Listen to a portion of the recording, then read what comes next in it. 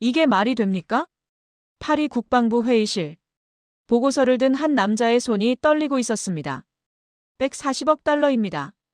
유럽 최대 방산 계약입니다. 폴란드가 내린 선택입니다. 어떻게 이런 일이 가능합니까? 성능은 프랑스가 앞섰습니다. 프랑스가 압도적이었습니다.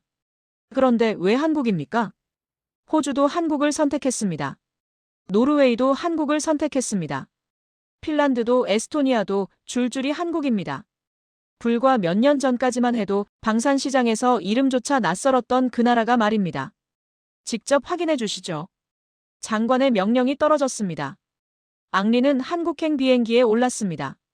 하지만 일주일 후 돌아온 그의 입에서 나온 말은 달랐습니다. 나는 패배를 인정합니다. 대체 한국에서 무슨 일이 벌어진 겁니까? 파리 국방부 회의실의 공기는 유난히 무거웠습니다. 2022년 7월 말, 저는 테이블 위에 놓인 보고서를 내려다보고 있었습니다. 제목은 짧았지만 내용은 치명적이었습니다. 폴란드 방산 계약 최종 결과. 그 첫 문장을 읽는 순간 손끝에 힘이 들어갔습니다. 폴란드가 프랑스의 르클레르 전차 계약을 전격 취소하고 대한민국의 K2 전차를 선택했다는 보고였습니다. 저는 보고서를 다시 읽었습니다. 틀렸기를 바랐습니다. 하지만 숫자는 거짓말을 하지 않았습니다. 계약 금액 140억 달러. 우리가 제시한 조건보다 훨씬 비싼 금액이었습니다. 그 순간 제 머릿속에서는 단 하나의 질문만이 맴돌았습니다. 왜입니까? 가격 때문도 아니었고 성능 때문도 아니었습니다. 제 이름은 앙리 브레이크입니다. 프랑스 공군 소장 출신이고 라팔 전투기 설계에 참여했던 엔지니어였죠.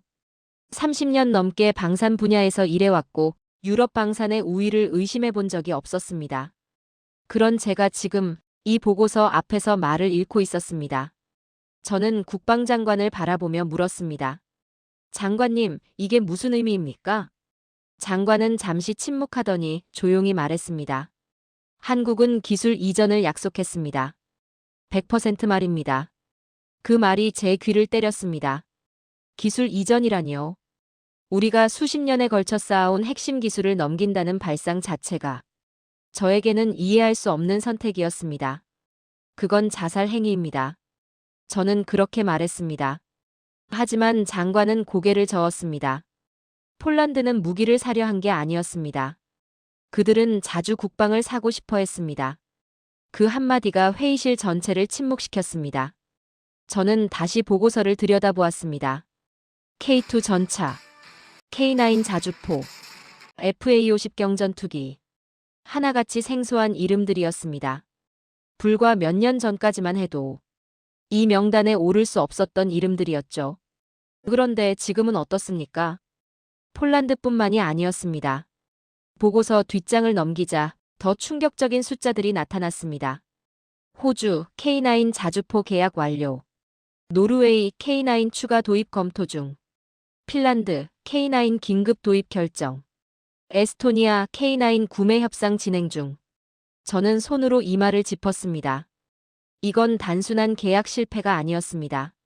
시장 자체가 움직이고 있었습니다. 옆자리에 앉아있던 분석관이 조심스럽게 말했습니다. 장군님, 한 가지 더 있습니다. 그가 건넨 자료에는 한국의 차세대 전투기 개발 현황이 담겨 있었습니다. KF-21. 사진 속 전투기는 세련된 유선형 동체를 가지고 있었고 최신 항전 장비가 탑재되어 있었습니다. 분석관은 덧붙였습니다. 일주일 전 7월 19일에 첫 비행에 성공했습니다. 개발 기간은 7년입니다. 예상 단가는 라팔의 60% 수준이며 성능은 라팔과 대등하거나 일부 영역에서는 상회할 것으로 보입니다. 그 순간 제 가슴 속에서 무언가가 무너지는 소리가 들렸습니다. 7년. 라팔은 10년이 걸렸습니다. 그것도 처음엔 유럽 여러 나라가 함께 시작했다가 결국 프랑스 혼자 남아서 완성했습니다. 한국은 단독으로 7년 만에 해냈습니다. 장관은 저를 똑바로 바라보며 말했습니다. 앙리 브레이크 장군. 직접 확인해 주시죠. 한국이 정말 우리를 넘어섰는지. 저는 고개를 끄덕였습니다. 하지만 솔직히 말씀드리면 그때까지도 저는 확신하고 있었습니다. 방산만큼은 아직 우리가 최고라고. 회의실을 나서면서 저는 창밖으로 에펠탑이 보이는 파리 거리를 바라보았습니다. 프랑스는 여전히 위대했고 우리의 기술은 세계 최고였습니다. 루브르 박물관, 베르사유 궁전, 샹젤리제 거리. 이 모든 것이 프랑스의 자존심이었죠. 하지만 그날 제 가슴 한쪽에는 말로 설명할 수 없는 불안감이 자리 잡고 있었습니다. 혹시 정말로 시대가 바뀐 건 아닐까? 그날 밤 집에 돌아와서도 저는 보고서를 펼쳐놓고 다시 읽었습니다. 140억 달러. 기술 이전 100%. 폴란드의 선택. KF-21, 7년 개발.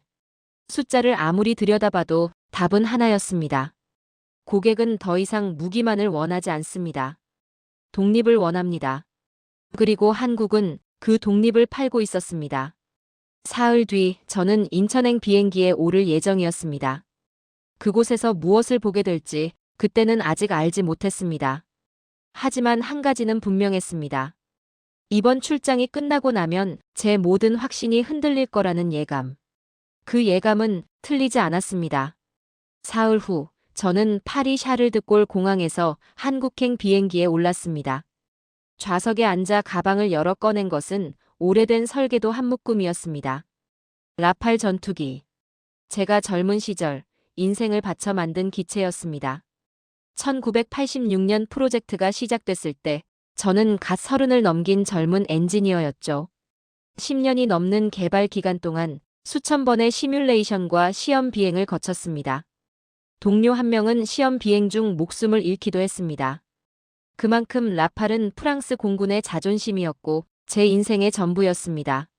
저는 여전히 그 기체가 세계 최고라고 믿고 있었습니다. 하지만 보고서에는 다른 이름이 적혀 있었습니다. FA-50. 한국이 개발한 경전투기였죠. 성능만 놓고 보면 라팔이 우위였습니다. 그건 분명한 사실이었습니다. 최고 속도 마하 1.8대 마하 1.5. 항속거리 3,700km 대 1,850km.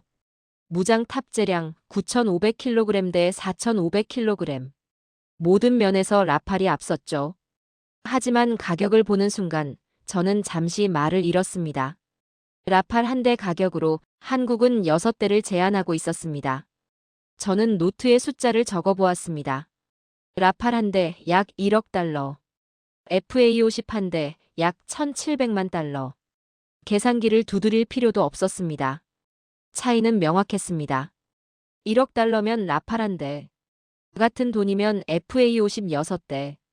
공굴력은 숫자로도 결정됩니다. 아무리 뛰어난 한 대보다 적절한 성능의 6대가 전장에서는 더 유리할 수 있죠.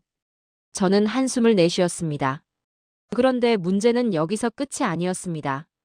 보고서 다음 장을 넘기자 더 충격적인 내용이 나타났습니다. 한국은 단순히 무기만 파는 게 아니었습니다. 기술 이전, 현지 생산, 정비 교육, 부품 국산화까지 모든 것을 패키지로 제공하고 있었습니다. 고객이 원하는 건 무기가 아니라 독립이다. 폴란드 회의에서 장관이 했던 말이 다시 떠올랐습니다. 그때 옆자리에서 영어로 진행되는 화상회의 소리가 들려왔습니다. K9 자주포의 폴란드 현지 생산 일정은. 회의 내용이 귀에 들어왔습니다. 회의가 끝난 뒤 상대방이 제게 말을 걸었습니다. 한국에 가시는군요. 저는 제 이름을 밝혔고 라팔 개발에 참여했다고 말했습니다. 그 여성은 잠시 미소를 지으며 이렇게 말했습니다. 라팔은 훌륭한 전투기죠. 그래서 저희도 많이 연구했습니다. 저희라는 말에 저는 다시 물었습니다. 어느 쪽에서 일하십니까? 한국항공우주산업입니다. 수출 전략을 담당하고 있죠. 그 순간 저는 조금 긴장했습니다. 경쟁자를 만난 셈이었으니까요. 하지만 그 여성은 적대적이지 않았습니다. 오히려 차분하게 이야기를 이어갔습니다. 라팔은 정말 뛰어난 기체입니다. 기술적으로도 전략적으로도요. 하지만 저희는 다른 질문을 먼저 했습니다. 저는 물었습니다. 어떤 질문입니까? 고객이 정말 원하는 게 뭔지 말입니다. 그 한마디가 제 생각을 조금씩 흔들기 시작했습니다. 그녀는 계속 말했습니다. 대부분의 국가는 부유하지 않습니다. 최고 성능보다는 적정 성능과 합리적 가격을 원하죠. 그리고 무엇보다 스스로 유지하고 관리할 수 있는 능력을 원합니다. 저는 반문했습니다. 하지만 성능이 떨어지면 전장에서 불리하지 않습니까? 그녀는 고개를 저었습니다. FA50은 성능이 떨어지는 게 아닙니다. 목적이 다를 뿐이죠. 국경 순찰, 방공, 근접 지원. 대부분 국가에게 필요한 건 라팔 같은 최고급 전투기가 아니라 믿을 수 있는 적정 수준의 전력입니다. 저는 그 말을 곱씹었습니다. 우리는 무기를 팔았고 고객은 우리에게 의존하게 만들었습니다. 부품이 필요하면 프랑스에 연락해야 했고 정비가 필요하면 프랑스 기술자를 불러야 했습니다. 업그레이드도 수리도 모든 게 프랑스를 거쳐야 했죠. 그게 우리의 방식이었습니다. 고객을 붙잡아두는 방식. 한국은 달랐습니다. 그들은 고객이 독립하도록 도와주고 있었습니다. 저희는 무기만 팔지 않습니다. 기술 이전, 현지 생산, 정비 교육, 부품 국산화까지 전부 패키지로 제공합니다. 고객이 스스로 관리하고 개량하고 심지어 재수출까지 할 수 있도록요. 그녀의 말이 끝나자 저는 한동안 아무 말도 하지 못했습니다. 재수출이라니요. 우리가 판 무기를 고객이 다시 팔 수 있게 한다는 겁니까? 그럼 당신들은 경쟁자를 만드는 셈 아닙니까? 그녀는 웃으며 대답했습니다. 경쟁자가 아니라 파트너를 만드는 겁니다. 그들이 성공하면 우리도 성공합니다. 그게 저희 철학입니다. 저는 다시 물었습니다. 그럼 KF-21은 어떻습니까? 일주일 전 첫 비행에 성공했다고 들었는데요. 그녀의 눈빛이 빛났습니다. 보셨군요. 7년 만에 해냈습니다. 라팔처럼 뛰어난 기체를 목표로 했죠. 하지만 가격은 60% 수준으로 낮췄습니다. 저는 말을 잃었습니다. 7년. 라팔은 10년이 걸렸습니다. 그것도 유럽 여러 나라의 협력으로 시작해서 결국 프랑스 혼자 완성했습니다. 한국은 단독으로 7년 만에 해냈습니다. 그때 처음으로 저는 이 싸움이 단순한 가격 경쟁이 아닐지도 모른다는 생각을 했습니다. 이건 철학의 싸움이었습니다. 지배와 협력, 의존과 독립, 단기 이익과 장기 신뢰. 프랑스는 지배를 선택했고 한국은 협력을 선택했습니다.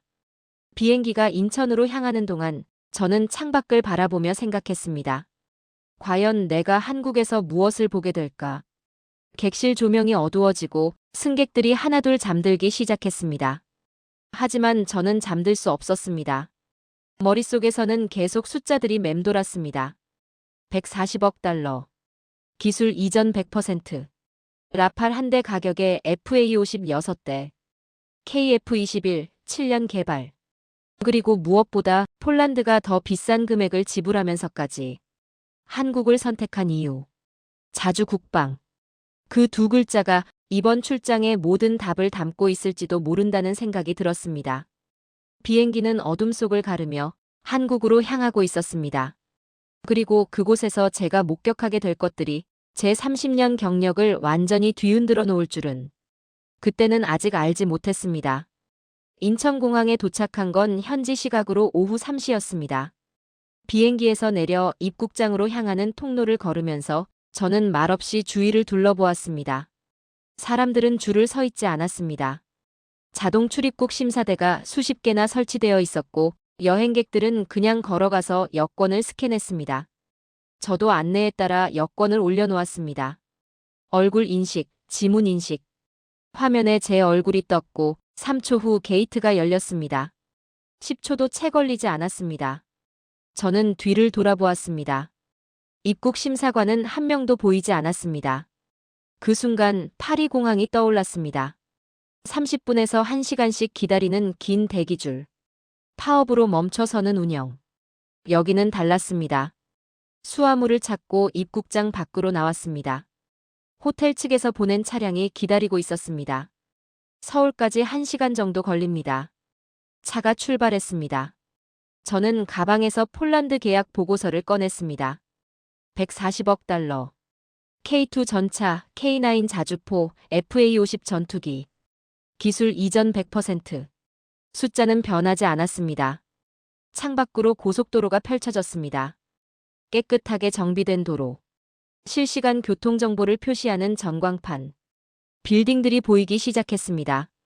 높고 현대적이며 질서정연했습니다. 파리의 거리가 떠올랐습니다. 오래된 건물들. 역사는 있지만 속도는 없었습니다.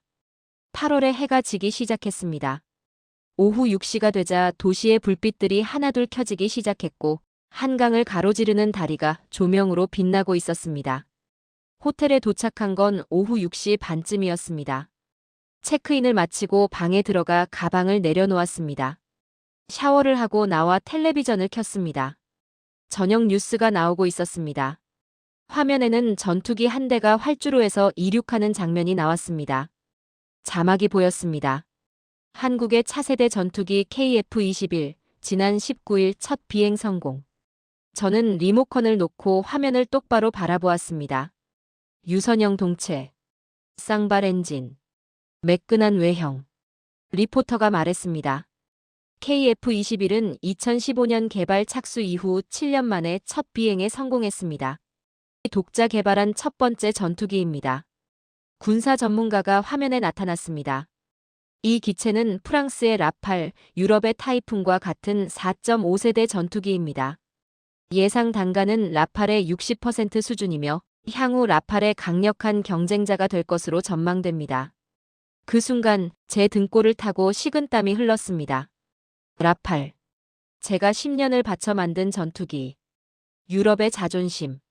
그 이름이 한국 뉴스에서 경쟁 대상으로 거론되고 있었습니다. 저는 텔레비전을 끄고 침대에 앉았습니다. 가방에서 라팔 설계도를 꺼냈습니다. 오래된 도면이었습니다. 10년의 세월이 담긴 종이었습니다. 하지만 그 순간 그 도면이 과거의 유물처럼 느껴졌습니다. 한국은 7년 만에 해냈습니다. 독자 개발로, 단독으로. 라팔은 유럽 여러 나라가 함께 시작했다가 결국 프랑스만 남아 10년을 걸렸습니다. 저는 노트를 펼쳐 적기 시작했습니다. 공항 10초 입국 심사, 완전 자동화. KF-21 7년 개발, 독자 개발, 라팔 경쟁자. 라팔 10년 개발, 유럽 협력 실패 후 프랑스 단독 완성. 그리고 마지막 줄에 떨리는 손으로 이렇게 썼습니다. 혹시 우리가 이미 진 건 아닐까? 적고 나서 저는 그 문장을 지우려 했습니다. 하지만 손이 움직이지 않았습니다. 진실이었기 때문입니다. 파리에서는 토론했습니다. 위원회를 만들고 보고서를 쓰고 합의를 기다렸습니다. 한국은 달랐습니다. 결정했고 투자했고 실행했습니다. 7년 만에 전투기를 만들어냈습니다. 그 차이가 지금 제 눈앞에 펼쳐지고 있었습니다. 저는 창밖을 바라보았습니다. 서울의 야경이 끝없이 펼쳐져 있었고 도시는 밤에도 멈추지 않고 움직이고 있었습니다. 멈추지 않는 도시. 잠들지 않는 나라. 공항에서 이미 승부는 끝나 있었습니다. 시스템의 차이. 속도의 차이. 철학의 차이. 프랑스는 과거를 지키고 있었고 한국은 미래를 만들고 있었습니다. 그리고 시장은 미래를 선택하고 있었습니다. 저는 불을 끄고 누웠습니다. 어둠 속에서 중얼거렸습니다. 우리는 언제부터 멈춰 있었던 걸까? 내일부터 본격적인 일정이 시작됩니다. 국립박물관. 국방부 브리핑. 그곳에서 저는 더 큰 충격을 받게 될 것입니다. 하지만 그때는 아직 그 충격의 크기를 상상조차 할 수 없었습니다.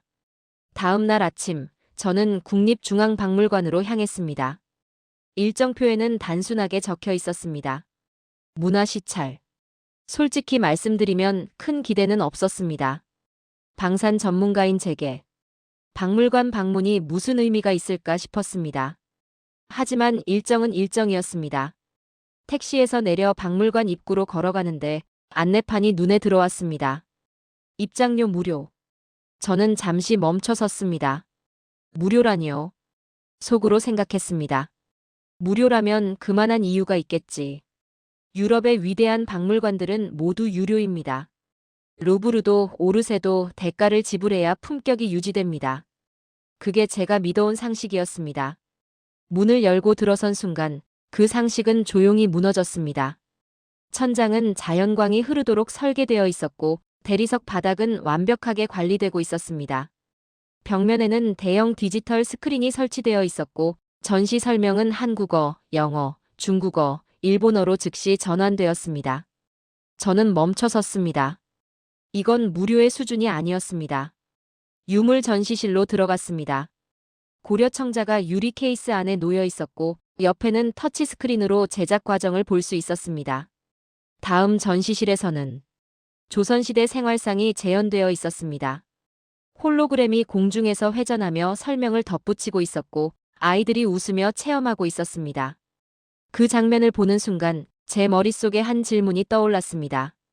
프랑스의 박물관에서 아이들이 이렇게 웃고 있던가? 루브르를 떠올렸습니다. 긴 입장 대기줄. 입장료 17유로. 만지지 마시오 표지판. 경비원의 날카로운 시선. 물론 루브르는 위대합니다. 모나리자, 밀로의 비너스, 인류 문명의 보물들. 하지만 그곳에서 아이들은 조용히 해야 했고 사람들은 빠르게 지나갔으며 문화는 관람하는 것이었지 체험하는 것이 아니었습니다. 저는 한 큐레이터에게 다가가 물었습니다. 왜 이런 박물관을 무료로 운영하십니까? 그는 잠시도 망설이지 않고 대답했습니다. 문화는 국민의 권리이기 때문입니다. 그 한 문장이 그날 제가 들은 어떤 군사 브리핑보다도 강력하게 가슴을 쳤습니다. 권리. 프랑스에서 문화는 특권이었습니다. 돈을 내고 시간을 투자하고 교양을 쌓는 것. 한국에서 문화는 권리였습니다. 누구나 언제나 무료로 누릴 수 있는 것. 저는 계속 전시실을 둘러보았습니다.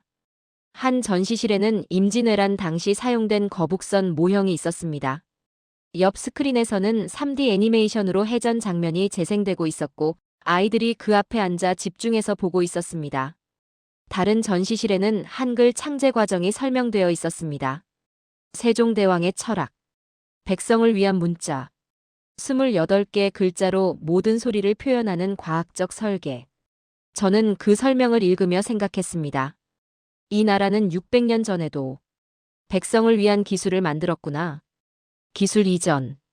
폴란드 계약에서 한국이 선택한 방식. 그게 단순한 전략이 아니었습니다. 이건 600년 전부터 내려온 철학이었습니다. 백성을 위한 문자. 국민을 위한 문화. 고객을 위한 기술 이전. 모두 같은 뿌리에서 나온 것이었습니다. 저는 박물관 로비로 돌아왔습니다. 벤치에 앉아 주위를 둘러보았습니다. 가족 단위 방문객들이 많았습니다. 할아버지가 손자에게 유물을 설명하고 있었고 젊은 연인들이 전시를 보며 대화를 나누고 있었으며 외국인 관광객들이 감탄하며 사진을 찍고 있었습니다. 모두 무료로. 모두 자연스럽게. 모두 자신의 권리처럼. 그때 저는 깨달았습니다. 이 나라는 기술 이전을 하는 나라가 아니라 가치를 이전하는 나라라는 사실을. 무기를 팔 때도 기술을 함께 주고 문화를 운영할 때도 국민에게 무료로 개방하고 모든 것의 중심에는 같은 철학이 있었습니다. 나누면 함께 성장한다. 프랑스는 달랐습니다. 지키면 가치가 유지된다고 믿었습니다. 루브르는 유료입니다. 라팔 기술은 비공개입니다. 고객은 우리에게 의존해야 합니다. 그게 우리의 방식이었습니다. 하지만 시장은 이미 선택하고 있었습니다. 폴란드, 호주, 노르웨이, 핀란드. 모두 한국을 선택했습니다. 저는 박물관을 나서며 뒤를 돌아보았습니다. 입장료 무료. 그 간단한 문구가 제게는 더 이상 간단하지 않았습니다. 그건 철학의 선언이었습니다. 문화는 특권이 아니라 권리다. 기술은 독점이 아니라 공유다. 성장은 혼자가 아니라 함께다. 택시를 타고 국방부로 향하면서 저는 노트에 한 줄을 적었습니다. 오늘 나는 무료 박물관에서 가장 비싼 교훈을 얻었다. 오후에 있을 국방부 브리핑이 더욱 두려워지기 시작했습니다. 문화에서 이미 패배했다면 방산에서는 과연 어떨까? 그 답을 저는 곧 듣게 될 것입니다. 오후 2시 저는 국방부 청사 회의실에 앉아 있었습니다. 이제는 제 전문 분야였습니다. 방산, 전력, 숫자, 데이터.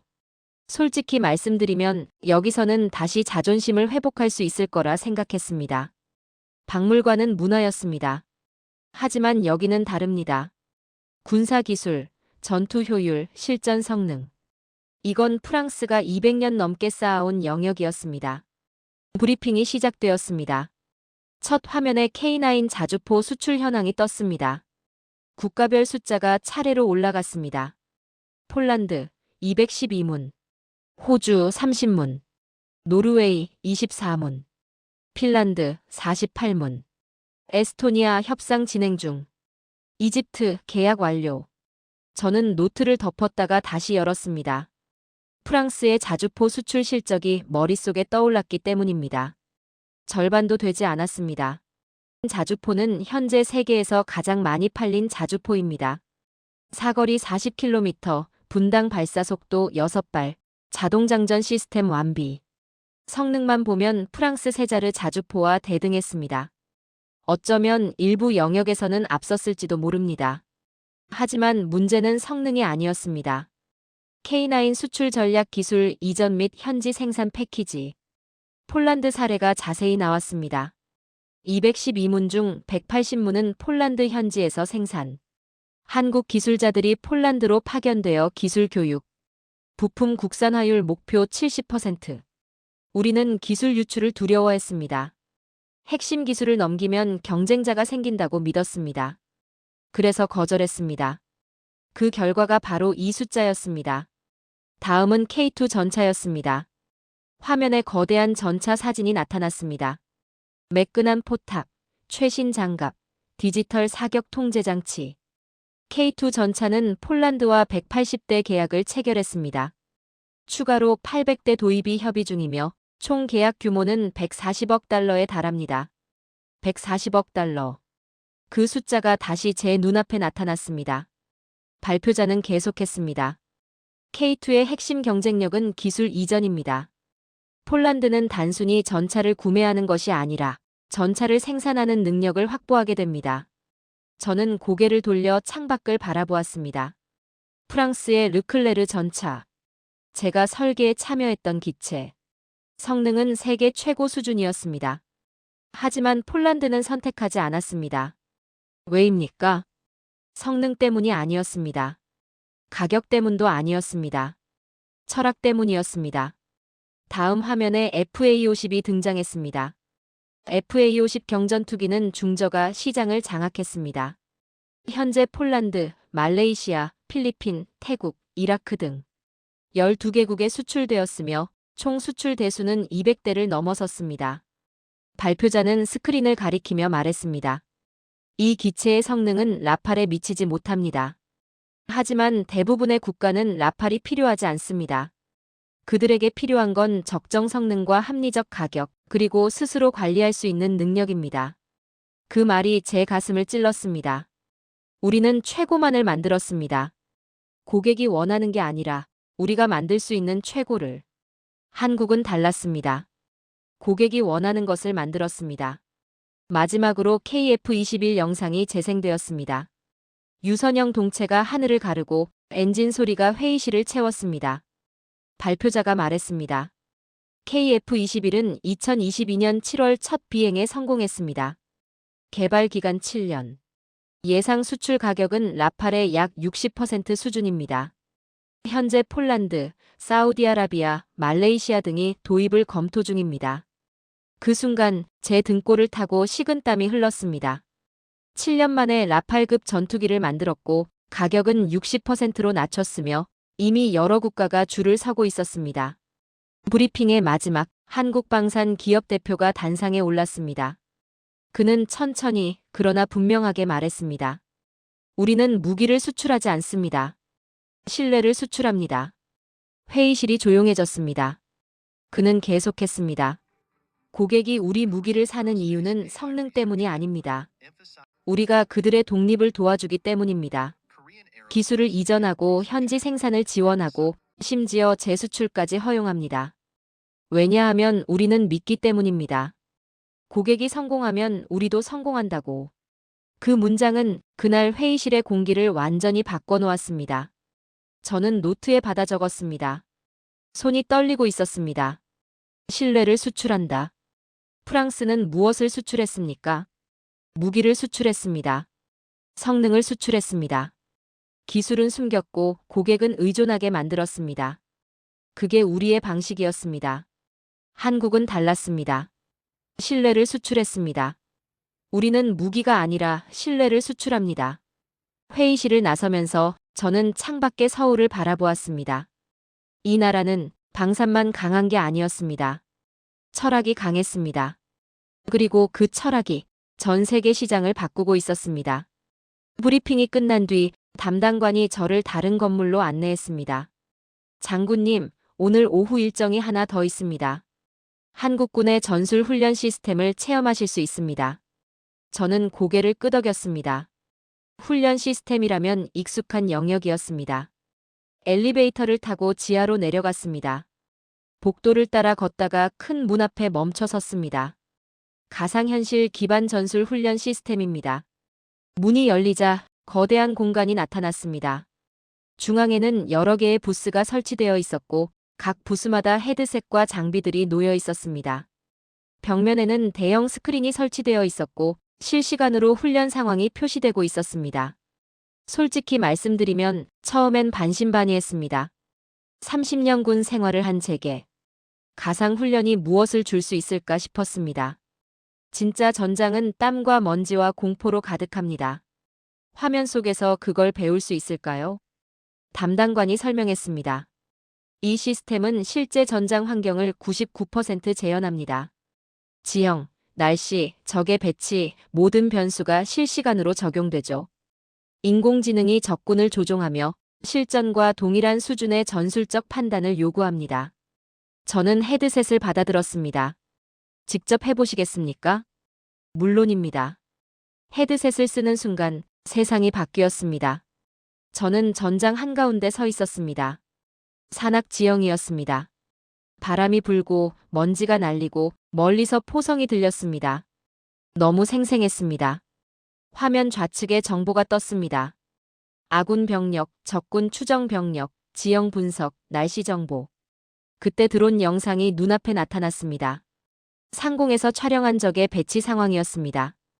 인공지능 음성이 들렸습니다. 적 병력 300명, 12시 방향 능선에 배치. 박격포 3문, 대전차 미사일 2기 확인.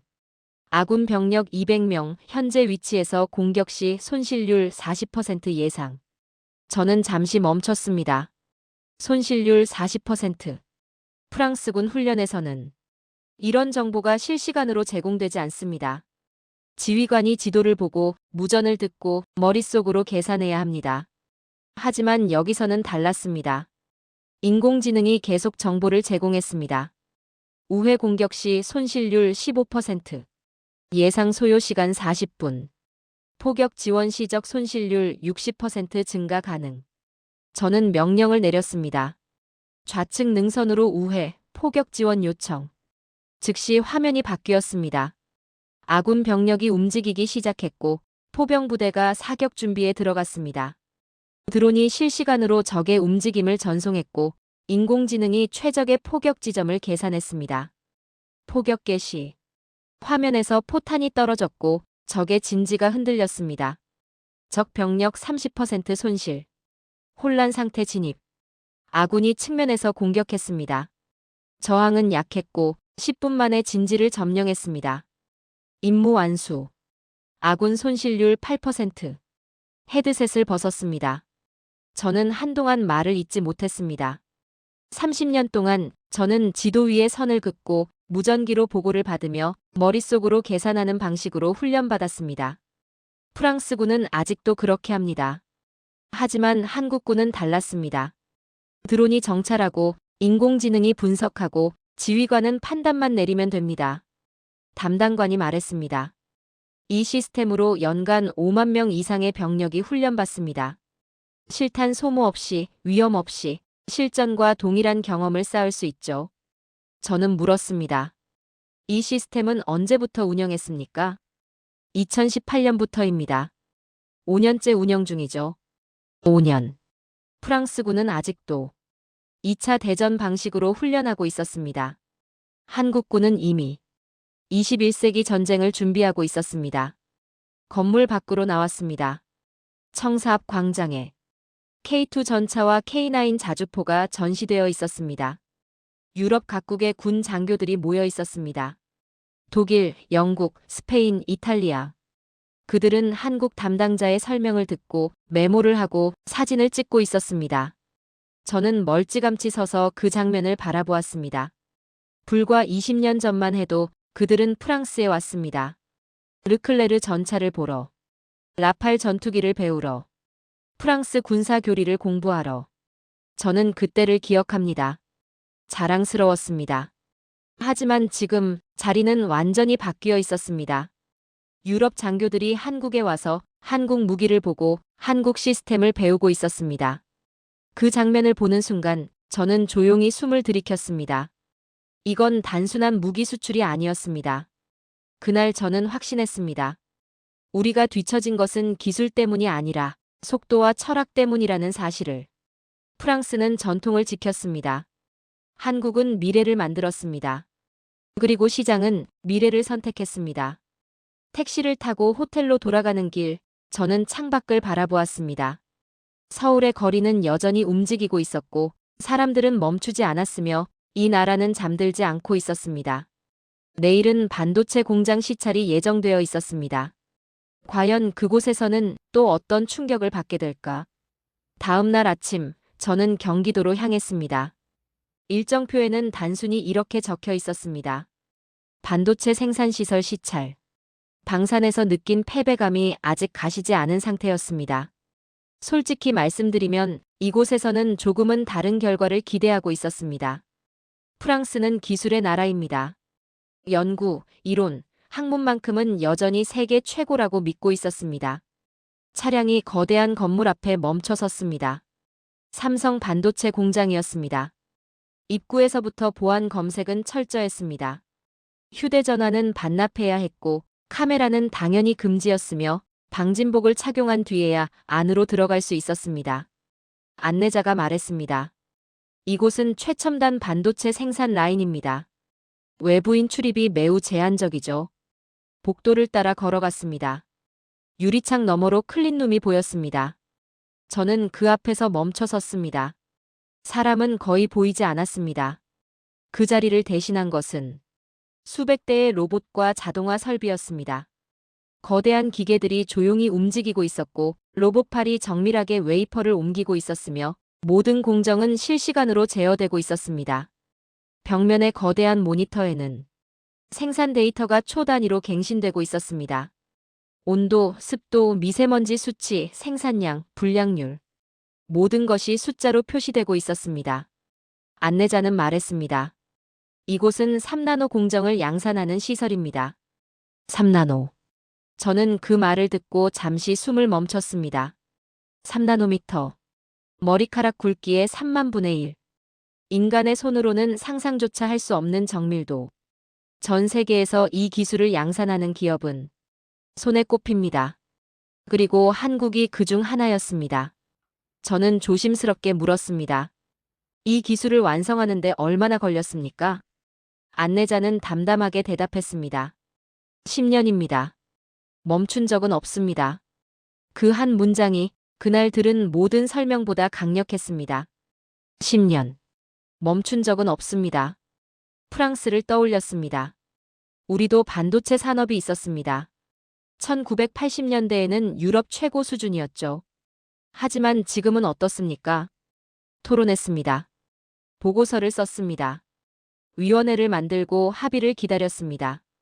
예산 배정에는 2년이 걸렸고 정치적 합의에는 3년이 걸렸으며 실행 계획을 세우는데 또 2년이 걸렸습니다. 그러는 사이 기술은 변했고 시장은 움직였으며 기회는 사라졌습니다.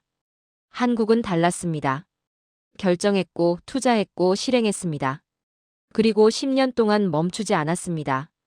다음 구역으로 이동했습니다. 연구개발센터였습니다. 거대한 실험실에는 수십 명의 엔지니어들이 일하고 있었습니다. 모두 젊었습니다. 30대, 40대가 대부분이었습니다. 안내자가 설명했습니다. 이곳에서는 차세대 공정을 연구합니다. 2나노, 1나노를 목표로 하고 있죠. 저는 물었습니다. 연구자들의 평균 연령은 어떻게 됩니까? 35세 정도입니다. 35세. 프랑스 연구소를 떠올렸습니다. 평균 연령 50대. 정년을 앞둔 연구자들. 새로운 시도보다는 안정을 선택하는 분위기. 한 젊은 엔지니어가 설명하고 있었습니다. 이 공정에서는 극자외선 노광 장비를 사용합니다. 파장 13.5나노미터의 빛으로 회로를 새기죠. 그의 눈빛에는 열정이 있었습니다. 두려움이 아니라 확신이 있었습니다. 저는 그 모습을 보며 생각했습니다. 이 나라는 젊은이들에게 도전을 맡깁니다. 실패를 두려워하지 않고 새로운 시도를 격려하며 미래를 그들의 손에 쥐어줍니다. 프랑스는 달랐습니다. 젊은이들은 기다려야 했습니다.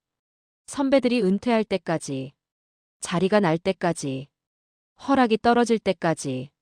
그러는 사이 재능은 시들었고 열정은 식었으며 기회는 다른 나라로 갔습니다. 시설 투어가 끝나고 회의실에서 브리핑을 들었습니다. 대형 스크린에 그래프가 나타났습니다. 한국 반도체 산업의 성장 곡선이었습니다. 1980년대 거의 제로에서 시작. 1990년대 메모리 반도체 시장 진입.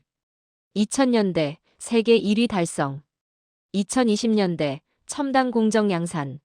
40년 만에 한국은 세계 반도체 시장의 중심이 되었습니다. 발표자가 말했습니다. 우리의 경쟁력은 속도입니다. 결정에서 실행까지, 연구에서 양산까지 다른 나라보다 2배 빠릅니다. 2배.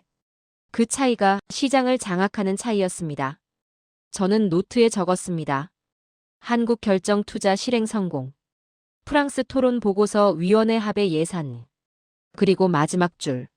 우리가 토론하는 동안 한국은 달렸다. 공장을 나서며 저는 뒤를 돌아보았습니다.